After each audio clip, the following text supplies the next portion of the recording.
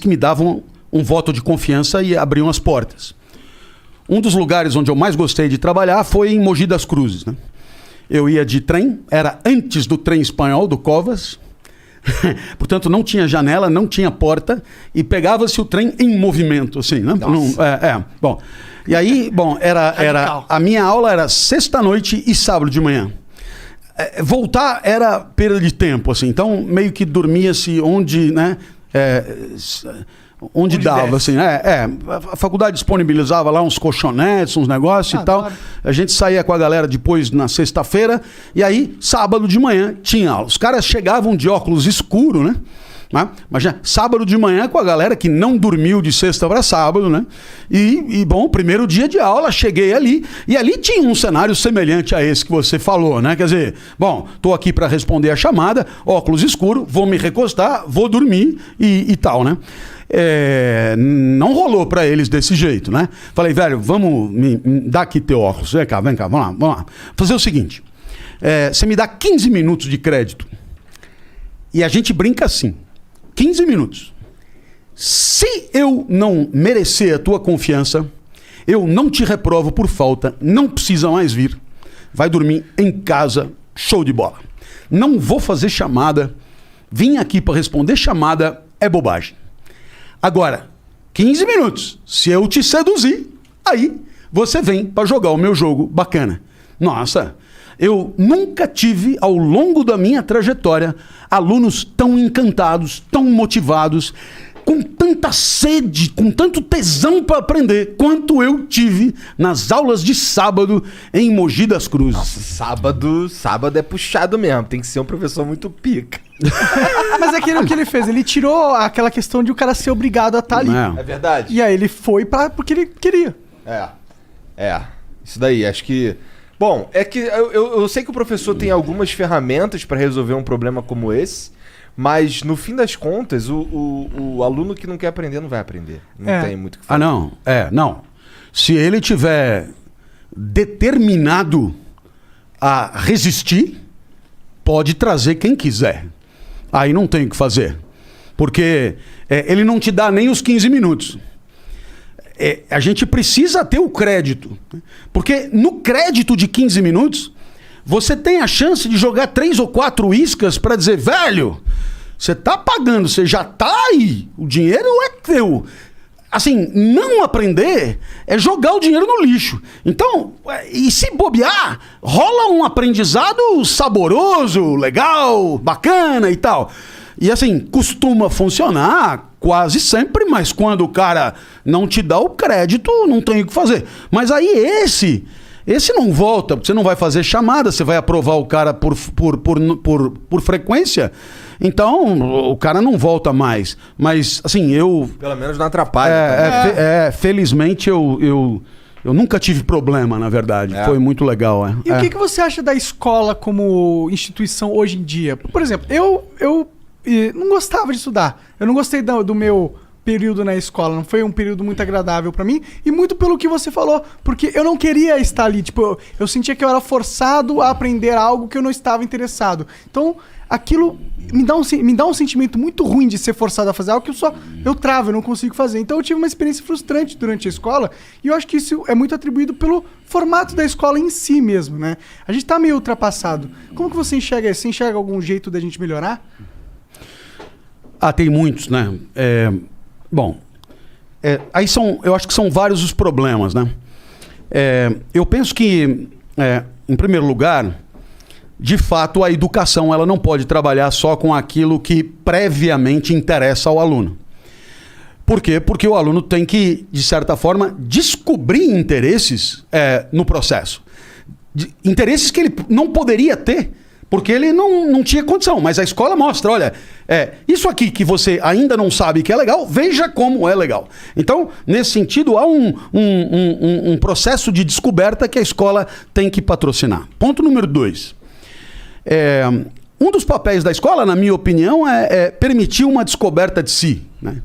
Em outras palavras, multiplicar experiências e dar ao aluno a chance de perceber que ele é ruim nisso, odeia isso, mas tem um negócio que faz ele vibrar muito, que é isso aqui. Então, bom, agora você descobriu qual é a tua praia. Aliás, essa expressão dos jovens, ela é maravilhosa, né? Essa não é a minha praia. Isso tem um significado, porque isso aí nossa, desde os gregos, né? É a essência, é a natureza, é o daimon interior dos estoicos. Cada um chama isso de um jeito. E aqui hoje a gente chama de minha praia. Essa não é a minha praia, né? Então, bom, nem sempre o aluno sai da escola sabendo qual é a praia dele. Haja visto o número de tentativas de vestibular, que o cara começa uma faculdade, começa outra, sabe? Porque a escola ela foi omissa nessa tarefa. Terceiro ponto, há uma resistência às mudanças, e se você parar para pensar, o currículo escolar, ele é uma escolha. Quer dizer, eu te dou um exemplo. Todos nós aqui estudamos a Revolução Francesa, se bobear, por 3, 4 meses, né? Mas nenhum de nós aqui estudou os grandes eventos da história dos países africanos. Então você percebe que a gente estudou umas coisas e não estudou outras que poderia ter estudado. Ora, então houve uma escolha. Essa escolha foi realizada por alguém. Esse alguém fez escolhas como todo mundo faz escolhas segundo os seus interesses. Então o currículo é uma coisa política, né? É uma manifestação de poder. Alguém ali está exercendo um poder. E eu penso que isso deveria ficar mais claro para que o aluno tivesse pelo menos a oportunidade de levantar a mão e dizer, justifique o nosso programa. Justifique. Por que nós vamos estudar isso e não aquilo, né? E aí, eu tenho pelo menos um ponto que eu vou destacar, entre milhões de pontos possíveis, que é a questão da ética e da cidadania. Né? Quer dizer, você estuda 4 anos de literatura, você vai na literatura portuguesa, você começa lá em Paio Soares de Taverosa, os trovadores, literatura, quer dizer, é do caralho literatura, eu amo literatura, né? E acho que devemos estudar literatura muito, mas aí você estuda também organelas citoplasmáticas em citologia, complexo de Golgi, mitocôndrias, você aprende que seno quadrado de θ mais cosseno quadrado de θ é igual a 1, e aí você atende log de A na base B é igual a X, porque B elevado a X é igual a A. E aí você vai. E aí pergunta, escuta, e na hora de viver em sociedade, na hora de viver na cidade, na hora de interagir, o que são valores éticos? Né? Aí fudeu, não tem. A palavra ética hoje é a palavra mais repetida no espaço público. Me conta assim, da onde essa palavra veio, o que ela significava antes, o que ela significa agora, qual é a diferença entre ética e moral? A moral desapareceu, ela não existe mais, o que foi que aconteceu? Por que as pessoas falam que falta tanta ética na nossa sociedade? Será que nós não temos mesmo valores? Ou será que os valores que a gente tem não são os valores que a gente deveria ter? Né? Será que a ética pressupõe uma escolha entre um valor e outro? Será que existe alguma complexidade? Será que a ética é uma tabela pronta ou a gente discute o que deve respeitar? Aí o aluno vai olhando e falando, velho, eu passei 12, 13 anos na escola, eu não sei te responder nenhuma dessas perguntas. Bom, então aí eu devo entender o seguinte, que sobre as organelas citoplasmáticas, a gente ficou um semestre. Agora, sobre a convivência na sociedade, fica no improviso, né? Entende? No improviso, quer dizer, se o professor X tomou a iniciativa de tratar do assunto, foi por conta dele. Mas não há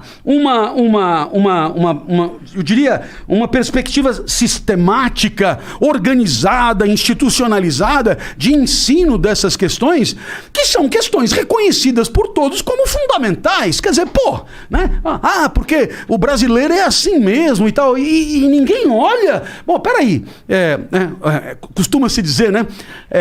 Sempre responsabilizando a história, né, pela nossa situação, né? Não, porque quando os portugueses que vieram, eles eram presidiários e tal, e é por isso que a corrupção existe até hoje. Porra, mas não deu tempo ainda, velho, né? Já morreram os portugueses, os filhos, os netos, os bisnetos, não deu tempo de montar uma escola para formar gente honesta para dirigir o país, né? Entende? Quer dizer, isso parece que tira uma responsabilidade imensa que é a nossa, de formar a nossa classe dirigente, de formar uma cidadania lúcida, de formar, enfim... seres pensantes, cara, né? Só tem aqui na nossa sociedade só tem a gente, velho. A impressão que dá é que todo mundo, o brasileiro é isso, o brasileiro é aquilo, o povo é isso, o povo é aquilo. Mas, velho, como é que você terceiriza se você é parte? Né? Então, eu penso que há aí um monte de coisas que a escola poderia discutir e proporcionar, que são alternativas, que são necessárias, que são importantes, mas que, por conta, muitas vezes, de um apreço pela repetição, né, que é tranquilizadora, a gente acaba deixando as inovações tão alardeadas para o ano seguinte. Né? Eu acho que tem uma falta de vontade política nesse sentido aí, de formar cidadãos que consigam pensar. Né? É aquela velha história, né? Você vai fazer um cara que pensa e você não pode roubar ele, né? Fica mais difícil. Fica mais difícil, né? De tu enrolar aquela escolha política que a gente faz no currículo, né? A gente faz um currículo que é mais pro cara passar no concurso, pro cara fazer ele entrar na maquininha do sistema lá dos diplomas e dos, sei lá. É uma merda. Mas, pô, a gente só vai passar por essa mudança na educação quando mudar politicamente a estrutura do país. É foda, porque eu acho que o certo era o contrário. Só vai mudar a política quando a sociedade se movimentar pra mudar a política. Porque assim, pra esperar pra partir desses caras... fudeu. Como você percebeu, é meio que dialético. Quer dizer, vamos pensar junto. Vamos imaginar que numa cidade de 100 mil habitantes tenha lá um prefeito com uma rede municipal de ensino de escolas da prefeitura. E aí, então, esse prefeito se candidata à reeleição. E os eleitores dessa cidade, eles vão decidir em reeleger o prefeito ou não. E você sabe o que eles fazem?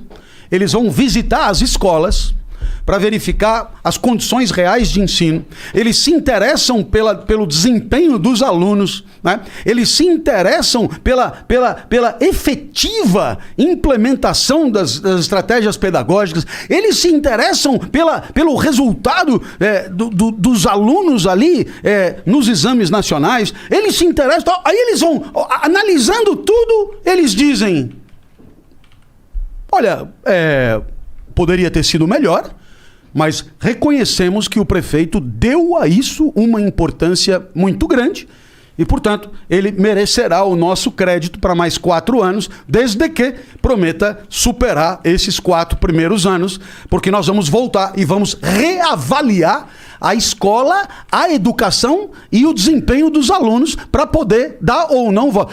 Eu te pergunto, se acontecesse isso numa cidade, como seria a educação dessa cidade? Seria... Porra, velho! Né?